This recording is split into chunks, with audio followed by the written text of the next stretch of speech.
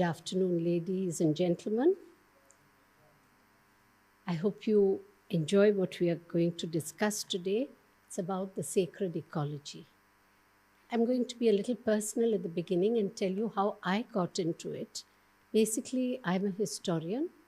My doctoral work is in ancient Indian culture, Hindu iconography especially. But environment has always been a passion with me. And I thought the one way I could contribute was to have training programs for teachers, students, which became the CPR Environmental Education Center. But then after some time, you feel, how long am I going to teach? I'm talking about 45 years ago. And I wanted to see some change which I could bring in. This was a time when there were terrible confrontations between the forest department and the people. The forest department would fence in an area, plant. People would go at night, cut the fencing, pull out the saplings. So I said, this obviously doesn't work. And I said, there has to be something which works. And that is when I went around and I found that there is a tradition in India. It's an all India tradition. It doesn't belong to any state. You can go to Kashmir, you'll find it. You can go to Kanyakumari, you can find it. From Dwarka to Dibrugarh, you'll find it. That is the tradition of sacred groves. I'll tell you about this more tomorrow. But I found that there, people revered the forest on their own. They took good care of it. They were absolutely certain they would not cut it or bring any harm to it in any way. So that is when I said, okay, let us take up restoration. Because what has happened also to these sacred groves is that over the years, they've got degraded agricultural activities. People have taken over some of the land, development, roads going through, so on. So they had to go back into a pristine condition. And I thought this was the best way. And I'm glad I did, because today I can look back and say, okay, I restored 53 groves and 8 sacred tanks. And they're all maintained very well by the people because of the sanctity attached to it. And that is why I got involved in the sacred ecology. And I said, what is the sanctity that people are so attached to? And then you find that in India, all of nature is sacred.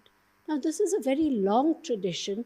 And over here, you'll find that the earliest scene of worship in India is in the Indus Saraswati, what you call Indus Valley civilization. There is a scene of tree worship. A man worshipping a tree. It's a stylized pipal tree with what is probably a yaksha or spirit of the tree.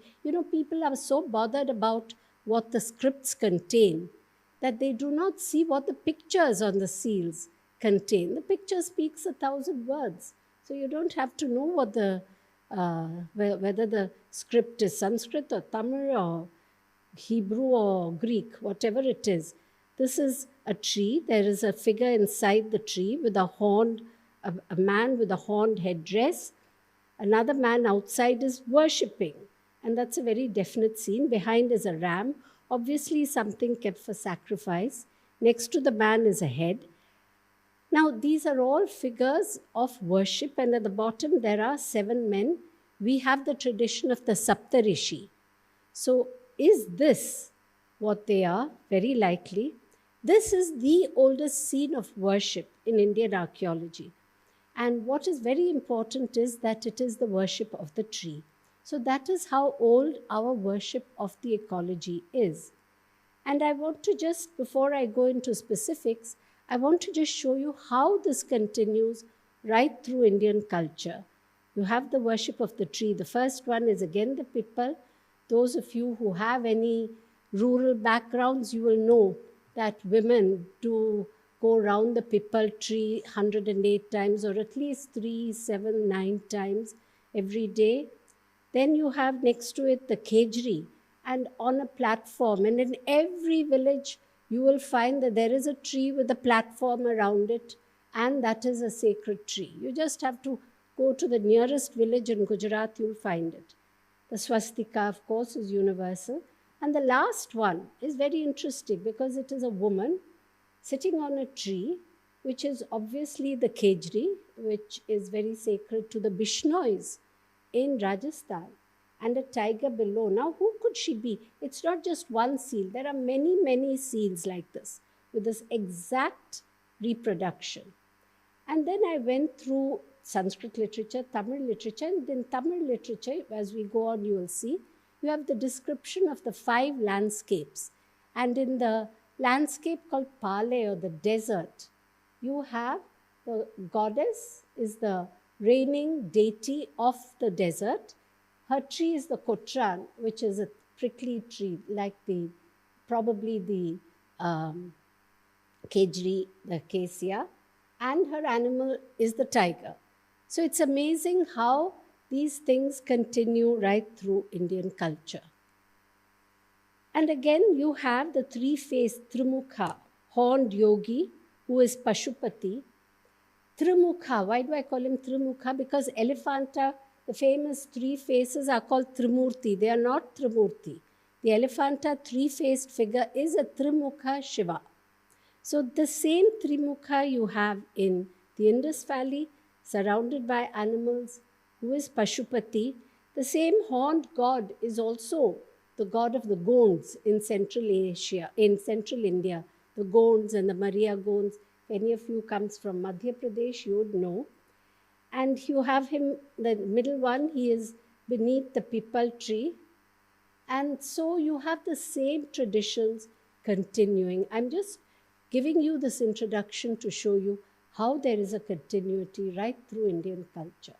And the last is a profile of a bull over what is called a yupa. It's a sacrificial post.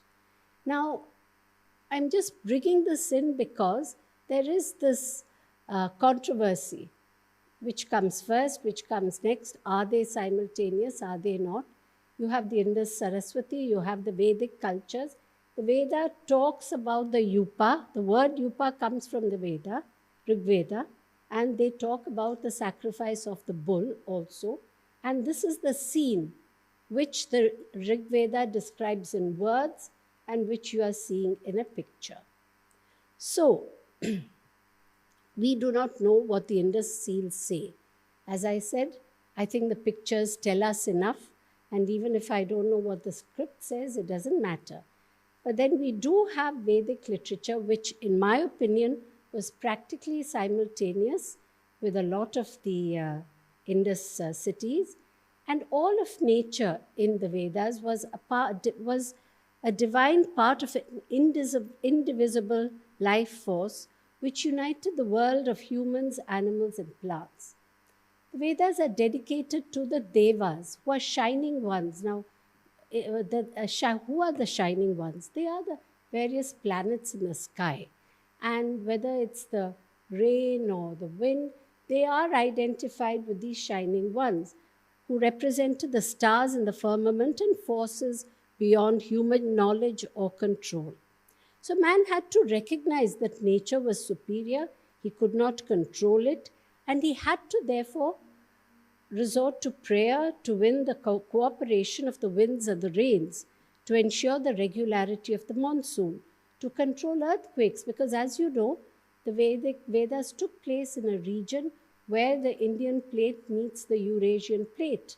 And you'll see right through history, it's constantly full of earthquakes, which is why we've had so many invasions from the northwest.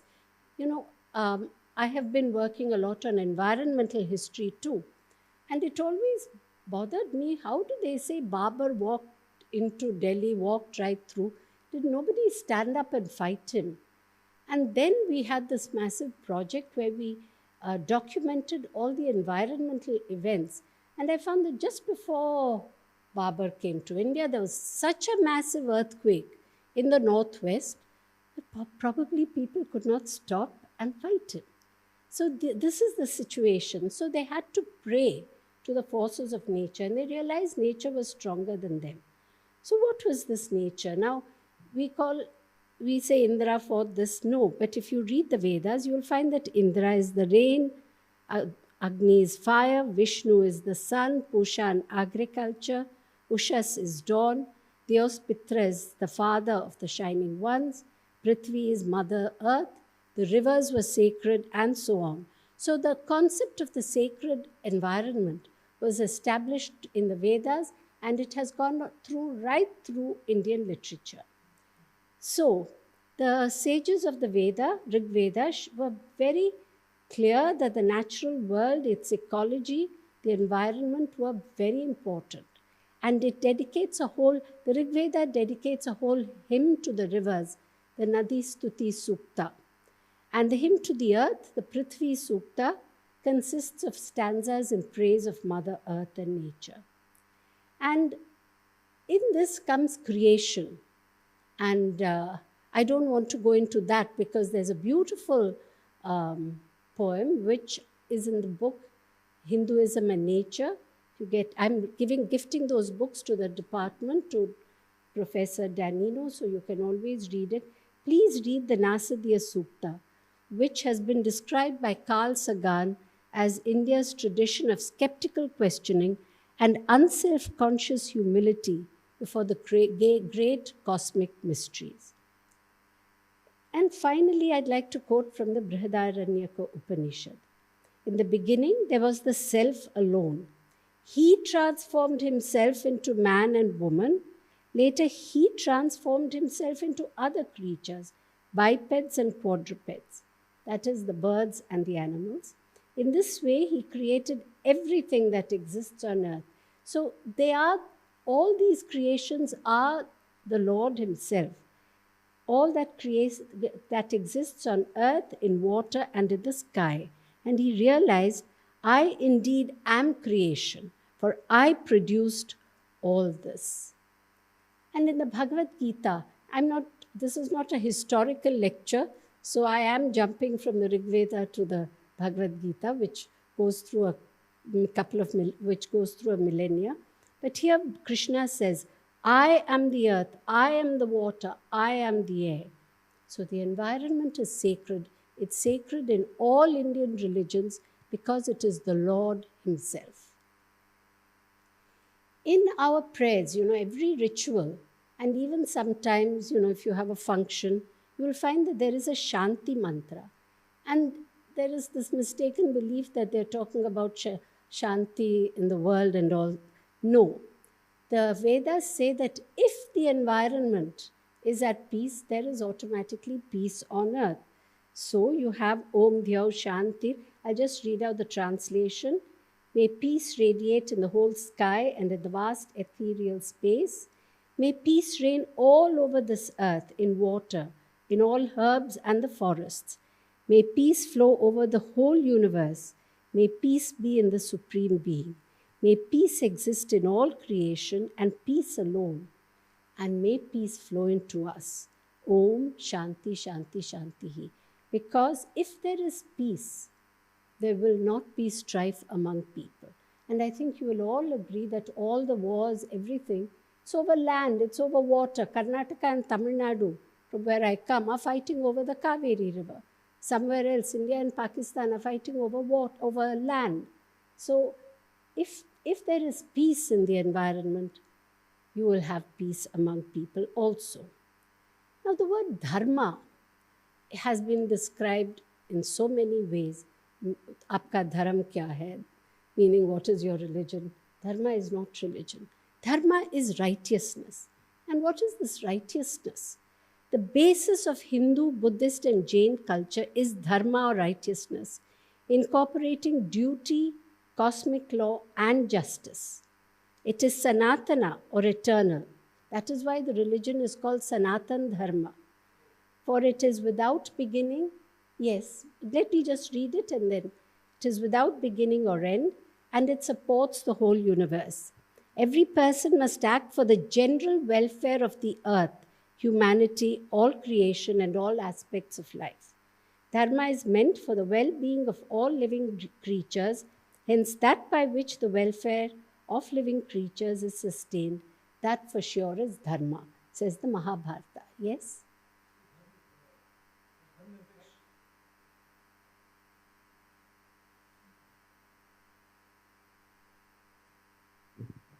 So my question is that dharma means what you said, dharma is not religion. No. So, It has come to mean religion, but dharma is not religion. so what does secular means then? No, secular doesn't come into this at all.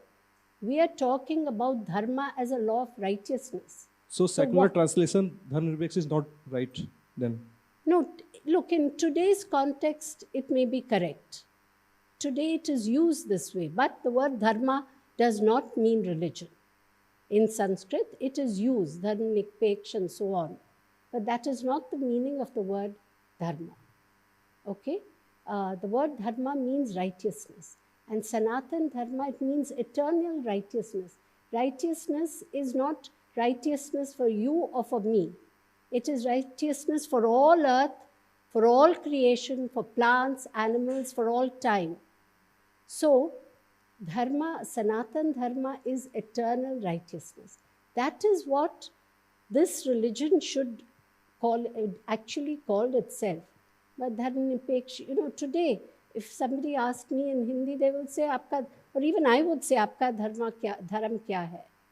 But that is a modern meaning. See, words change their meaning, even in the English language and so on. In every language, words change their meaning. But this is what dharma means, and I'm quoting from the Mahabharata.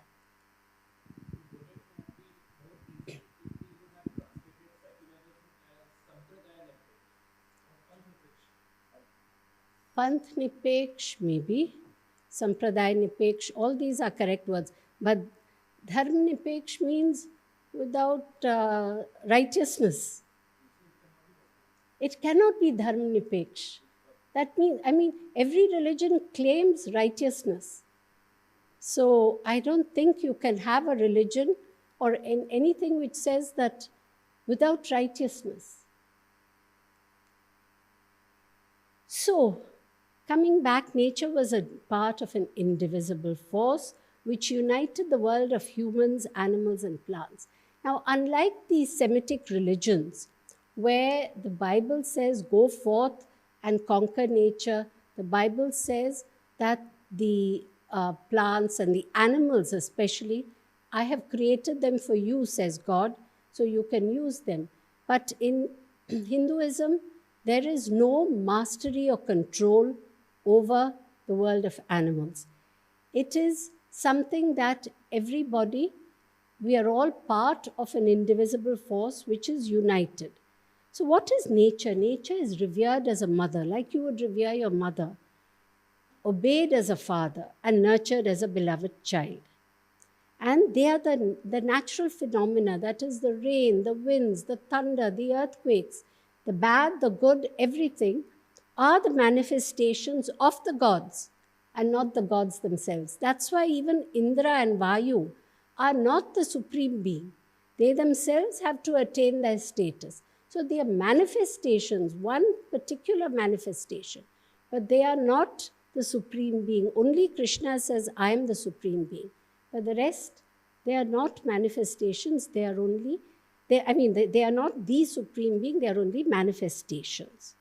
And they express the principles that govern the world and the cosmic order. Now, drought was feared then as now.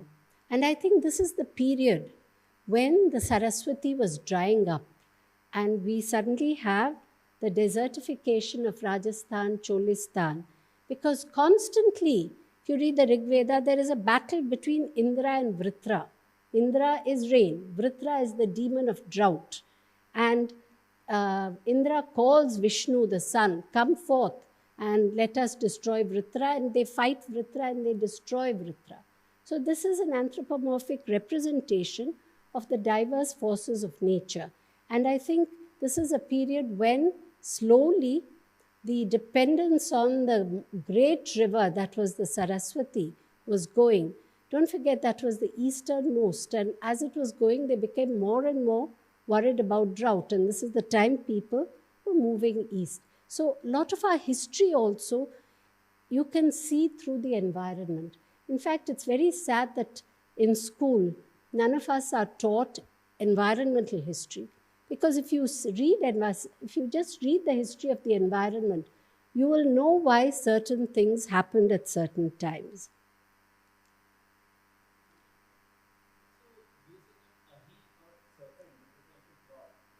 Vritra. Yeah.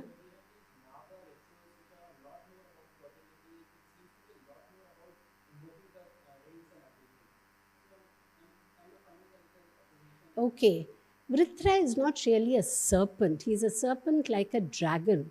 If you see the description, maybe he is an inspiration for the later Adisesha. But Adisesha is a very benign character. Vritra is not. He is disliked. He is a demon. And he is a demon of the drought. So Ahi of Vritra in the Rig Veda. See, the Rig Veda is very different from later literature.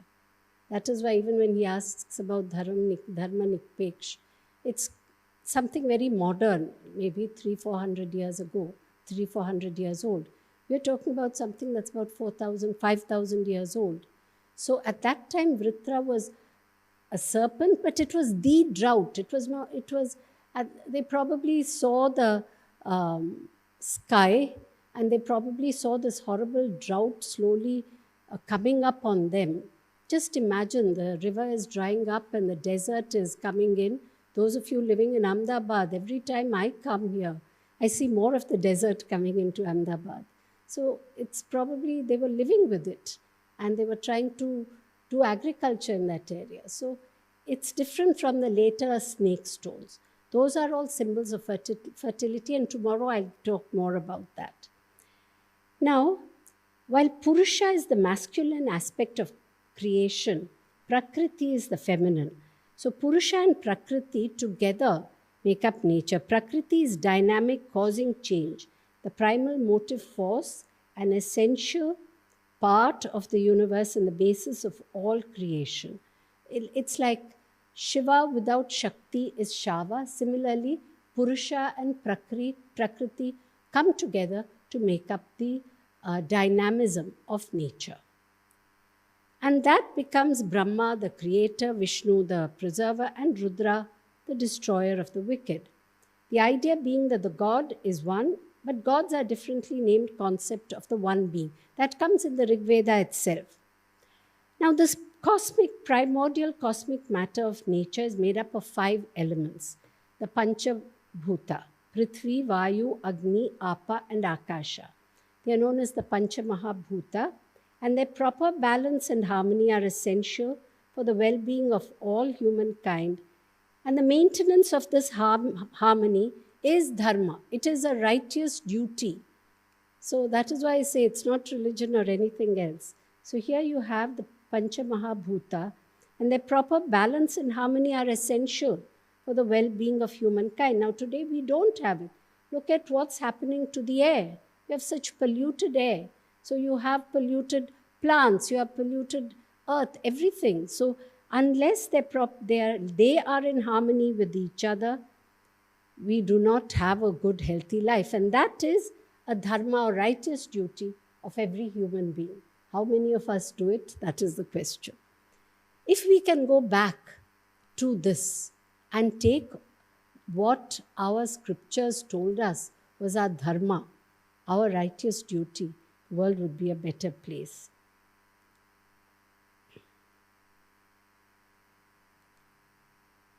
Now, Agni and water are regarded as the sustainers of life. Agni, for it is energy.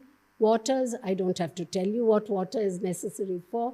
It's medicinal, it's for survival, it dissipates disease, medicine, so on. And Agni is fire, and it's so important because energy, what gave man the control over animals? It's because he, with 2 hands, he learned how to catch hold of fire and threaten. So the wild animals could keep away. That is why the Rig Veda, the very first hymn, is addressed to Agni. So life is an expression of the gods, second only to Agni, who is the giver of life on earth. There would be no life without Agni. Thus, the Vedic people recognize the presence of God in everything. And Trita, an ancient Vedic water deity who lived in the remotest places, guides Agni in the process. Now, we talk about biodiversity. Now, this, unfortunately, the picture I had got, I didn't get, but it wasn't coming out properly. But I want to show you this picture of Shiva, Parvati. They have two sons, Ganesha and Kartikeya. Shiva has the bull, Durga has the lion, Ganesha the mouse, and Kartikeya the peacock. Now, look at what it symbolizes. This biological diversity, today we all say biodiversity, it's a very beautiful word. It's exemplified by the family and habitat of Shiva. His habitat is Kailasa with its snowy peaks. The stream of Ganga's water is the purity and the importance of water. Nandi is the world of animals. The serpents on Shiva's neck and body, they represent the toxicity in nature. The lion represents wildlife, the peacock, the avian species, and the mouse represents small underground animals. The significant aspect is the harmonious relationship between natural enemies, the lion and the lamb literally. In Shiva's household, natural enemies live in harmony with each other. When a devotee worships Shiva and his family, he or she observes the coexistence of and is influenced by the concept of ecological harmony and respect for biological diversity. So, the Prithvi Sukta tells us to behave suitably. O Mother Earth, you are the universe and we are but your children. Grant us the ability to overcome our differences and live peacefully in harmony, and let us be cordial and gracious in our relationship with each other, with other human beings. In fact, it's very interesting that the Prithvi Sukta, after all this, is praying for harmony among people, which I think you will all agree we need today. And that is through nature, that if nature is harmonious, Mother Earth, make us live in harmony, give us that strength. And the relationship between human beings and nature, the earth which possesses oceans, rivers, and other sources of water, which gives us land to produce food grains and on which human beings depend for their survival. May it grant us all our needs for eating and drinking, water, milk, grains, and fruit. So nature is the creation and the manifestation of the Supreme Being. The Bhagavata Purana says that all the elements, now Bhagavata Purana is much later in time. As I said, this is not a history class. I'm jumping from Rig Veda to Bhagavad Gita to Bhagavata Purana, which is 10th century. It says that all the animals, all the elements such as space, air, fire, water, earth, the Panchamahabhuta, the planets, even animals and plants, directions, the trees and all, are but organs of the God's body. And what we are today is a result of our past deeds. So this is where karma comes in. So we are constantly making our karma, and we are the makers of our future. Hinduism has a definite code of environmental ethics. According to Hinduism, humans may not consider themselves above nature, nor can they claim to rule over other forms of life. Hence, traditionally, the Hindu attitude has been respectful towards nature. There is a very strong and intimate relationship between the biophysical ecosystem and economic institutions, which are held together by cultural relations. From him, all the seas and mountains, from him flow rivers of every kind, from him are all the herbs and their juices too, by which, together with the elements, the inner soul is upheld. And the Bhagavad Gita says, those who are wise and humble treat equally the Brahmin, the cow, the elephant, the dog, and the dog-eater.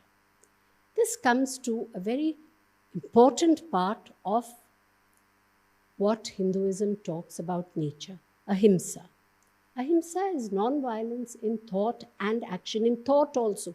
Because if I think, I want to kill that fellow, I may not kill, but somewhere I'm going to influence somebody to go and kill. I can just go on talking, I'd like to kill that person, I wish I could kill him, and somebody else will go and do it. So non-violence in thought and action. Ahimsa is India's unique contribution to world thought. No other country, no other culture, no other religion, nobody has got anything similar to ahimsa. It's first mentioned in the Rig Veda and the Taittiriya Shakha of the Yajurveda. And the earliest reference to the idea of non-violence to animals, or Pashu Ahimsa, is in the Kapisthala Katha Samhita of the Yajurveda. The Chandogya Upanishad is very clear. It uses ahimsa as a code of conduct, bars violence against all creatures, and the practitioner of ahimsa is said to escape from the cycle of rebirth. Oops. Prajapati is the creator and the protector, and people are advised to treat all species alike. We have no authority over animals. Rather, we have duties and obligations towards all creation. I mentioned this earlier. So it behoves us to give all species equal respect and reference. For they may be reborn, for we may be reborn as an animal, bird, or insect in another life. There are no do's and don'ts in the religions of India, Hinduism, Buddhism, or Jainism. There is no God who sits in judgment. It is all cause and effect. One has to bear the consequences of one's own behavior, good or bad. So our future is in our own hands. So the most important aspect of Indian tradition is karma. And this is where our dharma comes in, our righteous action. It associates all species with birth, death, and rebirth. Even the Supreme Being incarnates himself. And people are responsible for their own behavior, and one's karmas or actions lead to consequences in a future life. Far from implying fatalism. Now, there's a Western concept that karma is fatalism. It is not. Karma gives tremendous responsibility to the individual and places in his own hands the key to his future. So if I lead a proper dharmic life, a righteous life, I can avoid rebirth in a way in which I would not like to be born. And I may be able to avoid all rebirth itself. It can only work itself out over a long period of time because we come with a karmic baggage. And in this lifetime, we must try and get rid of our baggage. Therefore, the Hindu belief in reincarnation. Karma can be considered the moral equivalent of the law of conservation of energy, or the equivalence of action and reaction in the field of natural sciences. I just want to go through Jainism and Buddhism and show how some of these ideas were concentrated in these two. Now, in Jainism, all life is also interdependent. Parasparopa graho jivanam. And their most important advice is ahimsa, or non-violence towards all. This earth is our dwelling, our temple, our sangha, our vessel in which spiritual attainment is perfected, and all life is interconnected. So mutual coexistence is the mantra for sustainable development. There are 5 principles of Jainism, of which 3 are very important. Ahimsa, non-violence; anekanta, that is non-absolutism, right attitude; aparigraha, non-possession. Today's consumerism would be helped if we all had aparigraha. I want this, I want the latest jeans, I want the latest shoes, I want what want. Today our wants are increasing exponentially. Buddhism, what does it say? Buddhism says the same thing. The entire world should be protected, and the world, though apparently divided, is undivided in its interconnection. This is what Hinduism, Buddhism, Jainism say. The world is undivided in its interconnection. Nature is inseparably embedded as part of a continuum of interbeing. Buddha, remember, he attained his enlightenment seated under a tree, the Bodhi tree. And he gave his first sermon in the deer park at Sarnath. So trees, forests, and gardens are sacred. I am rushing a bit. And there are many things. It does not befit the man of compassionate heart to kill another being, says Buddha Charita, who is helpless out of a desire for profit. How should one act when the fruit is transitory? So, setting up all these slaughterhouses for export of beef and so on, which is going on in our country today. Think about it. The wise live without injuring nature, just as the bee drinks honey and flies away without harming the flower. What a beautiful analogy. Its petals, its color, or its fragrance, like a monk, should wander in a village. And only actions that will bring welfare and happiness shall be carried out with mindfulness of discriminative wisdom. All actions must be regarded beforehand for their suitability and appropriateness of time and place.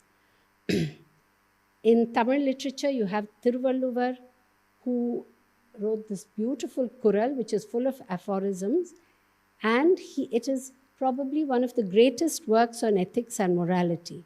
And the greatest virtue, according to Thiruvalluvar, is non-killing and compassion towards nature and all life forms. This is the Bible of Tamil literature. Tamil literature also talks about the Sangam literature, the Aindu Thinai, the fivefold division, Kurinji, Mullai, Marudam, Nethal, Pale, presided over by Kartikeya, Krishna, Indra, Varuna, and Kottravai. Now, I mention this to show you how Kottravai is seen in 3000 BC in Indus Valley, and again so much later in Tamil Sangam literature. And they have documented in great intensity every characteristic of each of these geographical landscapes, the flowers, the trees, the animals, birds, climate, and other geographical features. 5,000 years ago, the sages of the Atharva Vedas said, the earth's attributes are for everybody, and no single group or nation has special authority. The hymn describes the earth as the mother of all species living on it. Let the whole of humanity, I don't know how much time I have, speak the language of peace and harmony, and let all living beings live in accord with each other. Then, of course, I go back to the Shanti Mantra. There was a writ petition filed by the owner of a commercial building in Chennai. In 2017, Justice Vaidyanathan gave a beautiful judgment. He said, our traditions and values passed down to us from our ancestors are not wrong beliefs. They are scientific, rational, and logical. That is why they worship nature. Even now, many of them who follow our ancestral beliefs continue to do so as they have got abundant sanctity.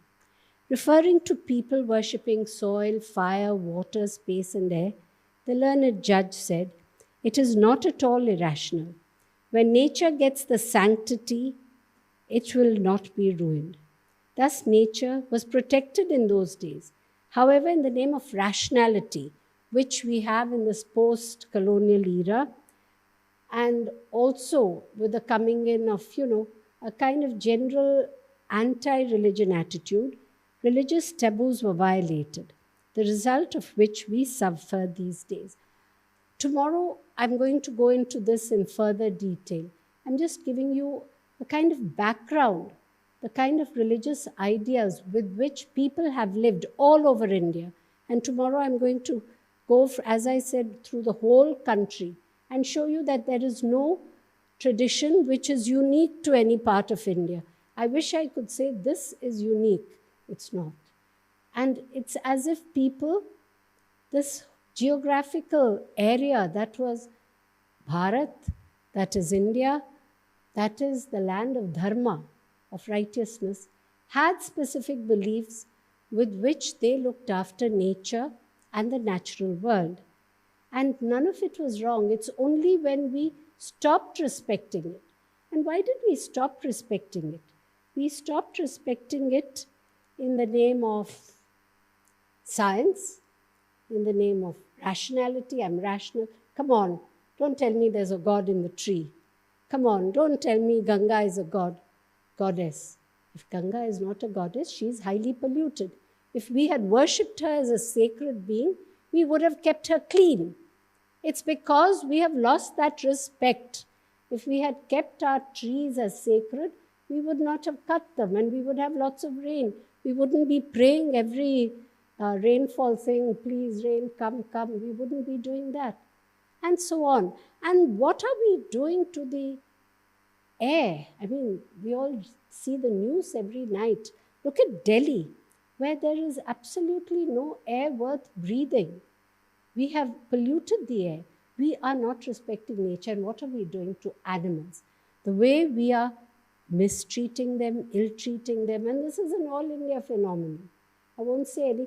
Probably Gujarat is a lot kinder than other states, but so do you have unkindness in Gujarat. We have this intensive factory farming by which animals have become milk-producing machine, meat-producing machines. Was that what they were intended for? So we have to examine ourselves. And I feel that respect for nature, respect, belief in the sanctity of nature is the only thing that can save this earth, or at least slow down our roller coaster ride towards destruction. That is where we are going today. I mean, we talk about climate change. We see the glaciers melting. We see icebergs melting. That means the levels of the sea are going to go up and up.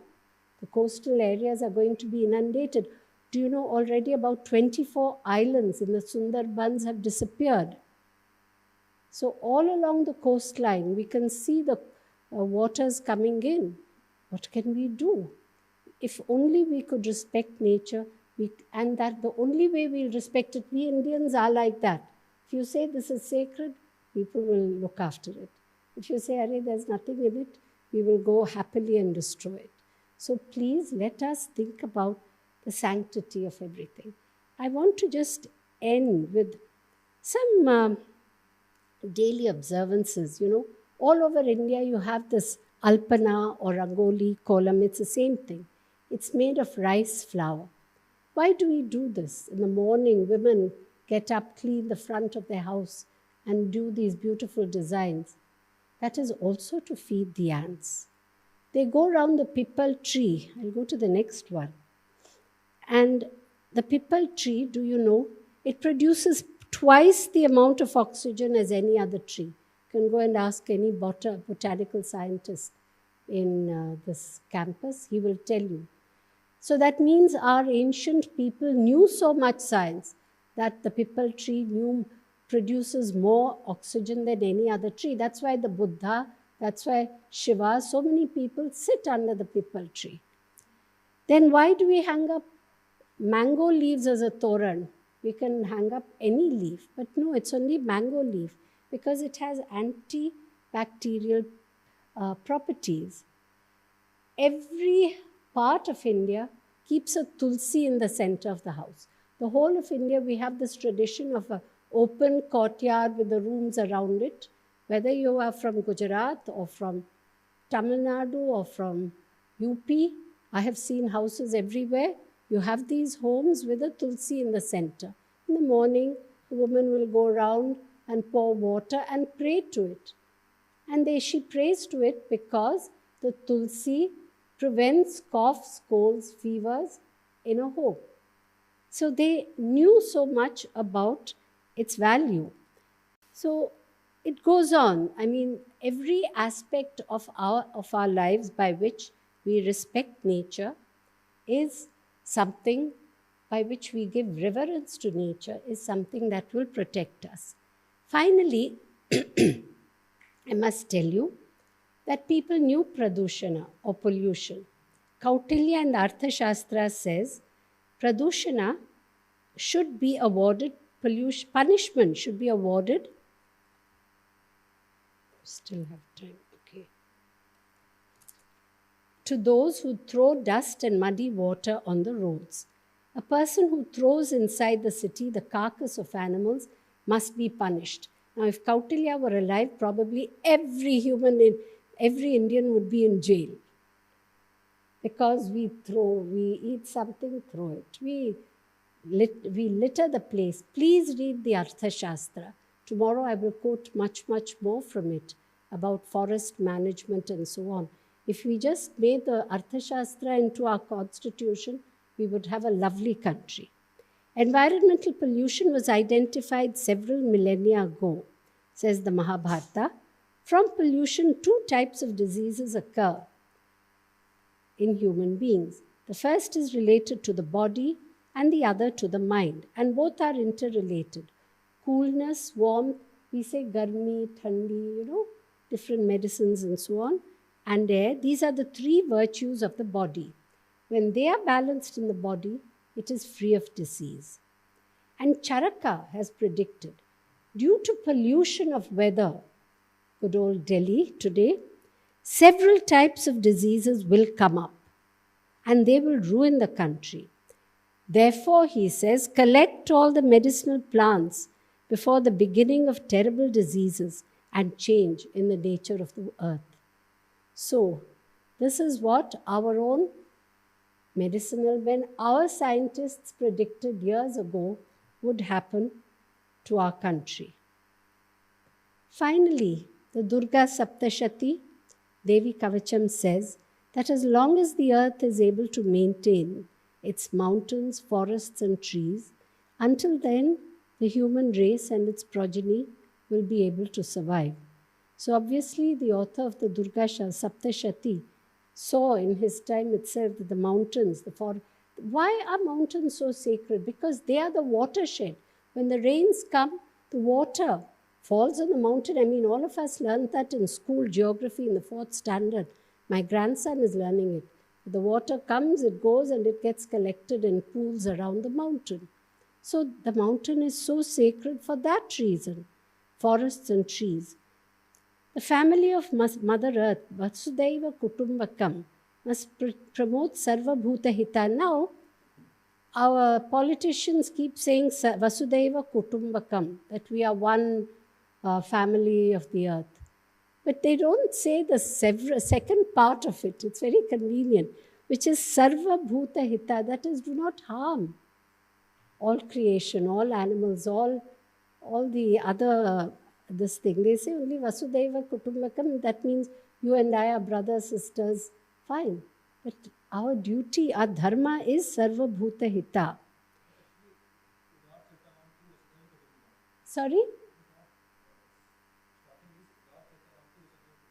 Yes, I'm not reading the whole thing. I just read that because the second half of the Yajurveda sentence says Sarva Bhuta Hita. That is something nobody says. They just leave it at Vasudhaiva Kutumbakam and say, we are all one. But then if we are one, we should also practice Sarva Bhuta Hita. That is what I'm trying to say. So Hindu traditions acknowledge that all life forms, human, animal and plant, are equal and sacred, and are thus even appropriately placed to take on contemporary concerns like deforestation, intensive farming of animals, which has got to stop because it's producing carbon dioxide, it's producing methane, and it's cruelty. It's absolute cruelty. I mean, I think, God, next life, let me not be born as one of the cows in a Goshala, which is just which are all being ill-treated so much. And they are thus appropriately placed to take on contemporary concerns like deforestation, farming of animals, global warming, and climate change. So I want to just end by saying that these are 3 books which I am giving your department, but I would like to also mention this website. I think it's CPREEC NVIS. I'll give you the actual website name tomorrow, .nic.in. This is a website which we are maintaining for the Government of India, Ministry of Environment, where we are collecting the ecological traditions of the whole country. So which are the sacred animals, mountains, plants, gardens, rivers, cities and sites. Like for example, Kashi, when I say city, to give you this thing, why is Kashi sacred? So there are a lot of things. The Ganga, that is where agriculture, rice farming began in that area. Then you have sacred forests, the groves, which I spoke about, water bodies, seeds, We will talk about all this much more in detail tomorrow. This is just an introduction to the subject, to give you a background, to give you what are the ideals which people used to protect the environment, and this, how did they do it on a practical sphere? That you will see tomorrow.